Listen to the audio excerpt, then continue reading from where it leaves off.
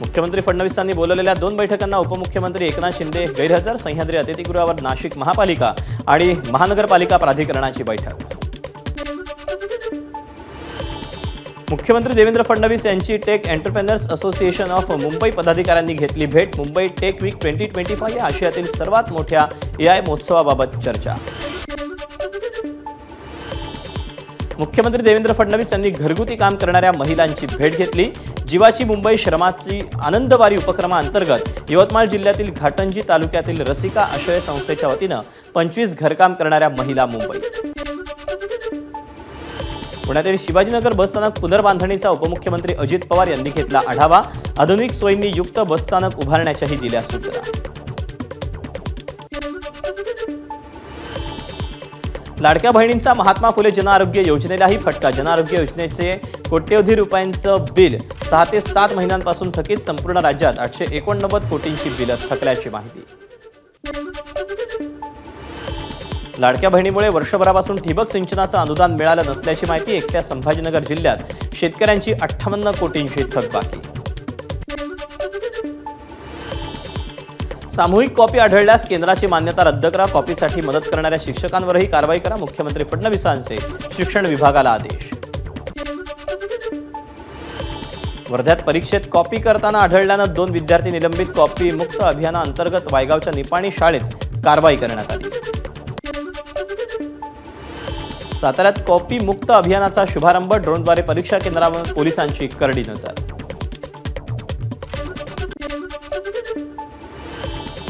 परभणीत हिंदीच्या पेपरलाही कॉपी। झरी येथील महात्मा गांधी कनिष्ठ महाविद्यालयाच्या सेंटरवर 11 कॉपी बहाद्दरांना पकडलं। याच सेंटरवर संबर महाविद्यालयाच्या 108 विद्यार्थ्यांनी थेट पेपरलाच दांडी मारली। पुण्यानंतर आता मुंबईत GBS या व्हायरसनं पहिला मृत्यू झाला। नायर रुग्णालयात उपचार सुरू असलेल्या 53 वर्षीय रुग्णाचा मृत्यू। मुंबईत मागी गणेशोत्सवातील मूर्ती विसर्जनाचा वाद अद्याप कायम। चारकोपचा राजानंतर आता कांदिवलीच्या श्री गणेश मंडळाच्या मूर्तीचं विसर्जन न करण्याचा निर्णय। प्लास्टर ऑफ पॅरिसच्या गणेश मूर्ती विसर्जनावरून निर्माण झालेल्या वादावरून राज्य सरकार पुन्हा सर्वोच्च न्यायालयात जाणार। प्रदूषण टाळण्यासाठी POP मूर्तींचं विसर्जन करू न देण्याची पालिकेची भूमिका। ठाकरेंच्या शिवसेनेचे नेते राजन साळवींनी दिला उपनेतेपदाचा राजीनामा। उद्या शिंदेंच्या सेनेत करणार प्रवेश।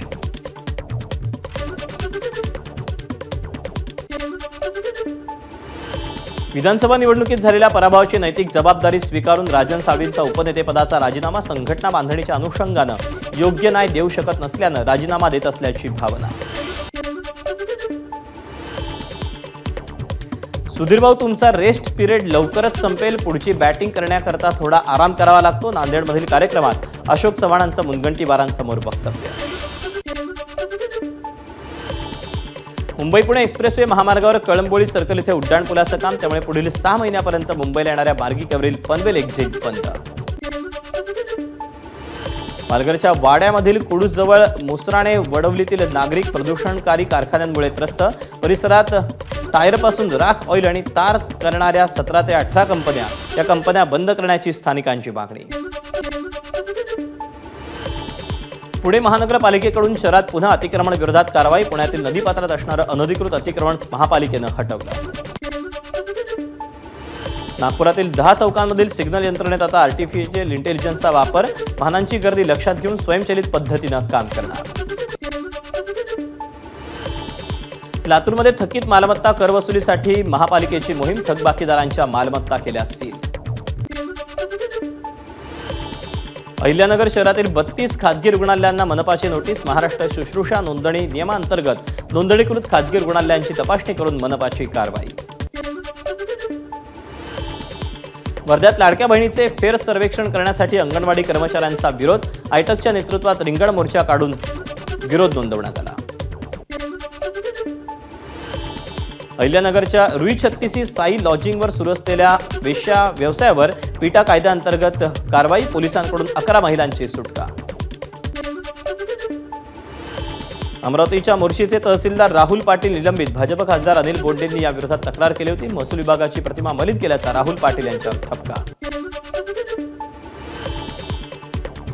जन्मदाखला मिळवण्यासाठी बनावट कागदपत्र सादर केल्याप्रकरणी अमरावतीच्या अंजनगाव सुरजीमध्ये 5 जणांविरुद्ध गुन्हा दाखल। भाजपचे माजी खासदार किरीट सोमय्या यांनी 27 जणांविरुद्ध तक्रार केली होती। संभाजीनगरच्या क्रीडा घोटाळ्यात आणखी एक धक्कादायक माहिती समोर। जगातील सर्वात महागड्या 5 गॉगलपैकी एका गॉगलचा मालक क्रीडा संकुलातील 21 कोटींचा घोटाळा करणारा आरोपी हर्षद क्षीरसागर 16 लाख रुपयांचा गॉगल पोलिसांकडून जप्त। नाशिकमध्ये पुन्हा एका एमटी ड्रग्ज पेडलरला पोलिसांकडून जेरबंद। शहरातील हिरावाडी परिसरात कारवाई। सलग दुसऱ्या दिवशी नाशिकमध्ये भर रस्त्यात तरुणीला कॉलेज बाहेर मारहाण करत ठार मारण्याची धमकी। सरकारवाडा पोलीस ठाण्यात संशयितावर विनयभंगाचा गुन्हा दाखल। अहिल्यानगरच्या भिंगार दंतेश्वरी महिला मंडळाच्या अध्यक्षांची बदनामी करून आत्महत्या प्रवृत्त केल्याबाबत गुन्हा दाखल। मृत महिलेचे पती सुनील नागपूर यांनी दिलेल्या फिर्यादीवरून भूषण शिवलेकरसह इतर 8 जणांविरुद्ध गुन्हा दाखल।